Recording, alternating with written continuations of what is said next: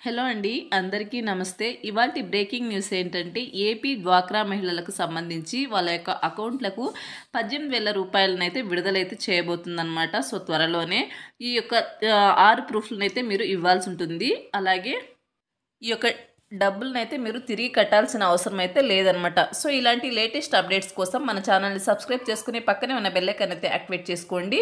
నేను పోస్ట్ చేసే వీడియోస్ మీకు నోటిఫికేషన్ రూపంలో త్వరగా వస్తాయి. అండ్ అలాగే వీడియోకి చిన్న లైక్ అయితే చేయండి. మీరు లైక్ చేయడం వల్ల వీడియో అనేది 10 మందికి యూజ్ అయితే అవుతుంది. సో లైక్ చేసి సపోర్ట్ అయితే చేయండి.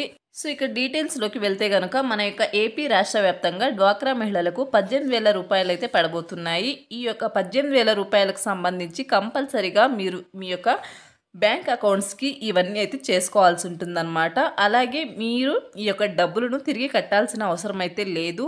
అయితే ఈ 18,000 రూపాయలని ఏ పథకానికి సంబంధించి ప్రభుత్వం వేస్తోంది అనేది మొత్తం డీటెయిల్స్ అన్నీ కూడా ఈ వీడియోలో ఎక్స్ప్లెయిన్ చేస్తాను. వీడియో ఇక్కడ స్కిప్ చేయకుండా ఎండ్ వరకు చూస్తే మీకు కంప్లీట్గా అర్థమైతే అవుతుంది.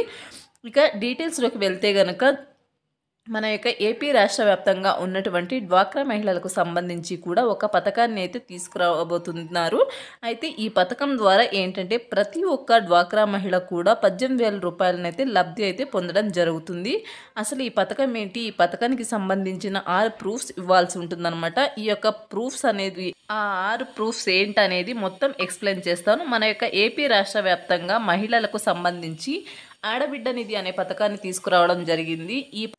ఈ పథకంలో భాగంగా డ్వాక్రా మహిళలకు కూడా వర్తించే విధంగా ఏపీ ప్రభుత్వం రంగం అయితే సిద్ధమైతే చేస్తుందన్నమాట. అయితే డ్వాక్రా మహిళలకు సంబంధించి ఏంటంటే ఈ పథకంలో భాగంగా ఒక్కొక్కరికి నెలకు 1,500 రూపాయల చొప్పున, సంవత్సరానికి 12 నెలలు కాబట్టి 12 నెలలకు సంబంధించి 18,000 రూపాయలనైతే వాళ్ళ యొక్క బ్యాంక్ అకౌంట్లకు అయితే జమ అయితే చేయబోతున్నారనమాట. అయితే ఈ పథకానికి సంబంధించి ముఖ్యంగా డ్వాక్రా మహిళలు బ్యాంక్ అకౌంట్ అయితే సబ్మిట్ అయితే చేయాల్సి ఉంటుందన్నమాట. అయితే వీళ్ళ యొక్క బ్యాంక్ అకౌంట్స్కి సంబంధించి తప్పనిసరిగా వాళ్ళు ఏదైతే బ్యాంక్ అకౌంట్ సబ్మిట్ చేయాలనుకుంటున్నారో ఆ యొక్క బ్యాంక్ అకౌంట్కి సంబంధించి ఎన్పిసిఐ చేసుకున్నారా లేదా, ఆధార్తో వీళ్ళ యొక్క బ్యాంక్ అకౌంట్ అనేది లింకప్ చేసుకున్నారా లేదా, అలాగే ఆధార్ కార్డుకి వాళ్ళ యొక్క మొబైల్ నెంబర్ను లింక్ చేసుకున్నారా లేదా, తర్వాత వాళ్ళ యొక్క బ్యాంక్ అకౌంట్ యాక్టివేషన్లో ఉందా లేదా, మినిమం బ్యాలెన్స్ మెయింటైన్ చేస్తున్నారా లేదా బ్యాంక్ అకౌంట్కి సంబంధించి అనేది మొత్తం అంతా కూడా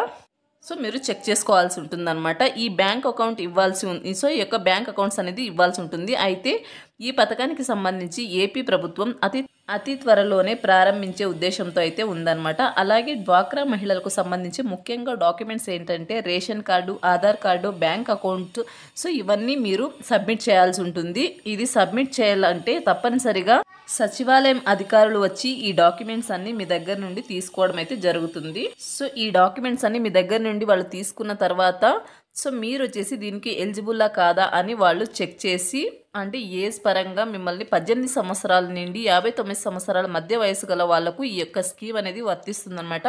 సో ఏజ్ పరంగా మొత్తం కూడా చెక్ చేసి మీరు ఎలిజిబుల్లా కాదా అనేది చెప్పడం జరుగుతుంది. ఈ ఏజ్ ఉన్న వాళ్ళు మీ యొక్క డాక్యుమెంట్స్ అన్ని కూడా సబ్మిట్ చేస్తే మీకు డబ్బులు అనేవి జమ కావడం జరుగుతుంది. ఈ పథకానికి సంబంధించి అతి త్వరలోనే నిధులు అనేది విడుదల చేయడానికి మన ఏపీ ప్రభుత్వం అయితే సిద్ధంగా ఉందన్నమాట. ఇది వచ్చేసి లేటెస్ట్ అప్డేట్ అనమాట. మరొక మంచి అప్డేట్తో మీ ముందుకు వస్తాం. అంతవరకు నమస్తే. Thanks for watching.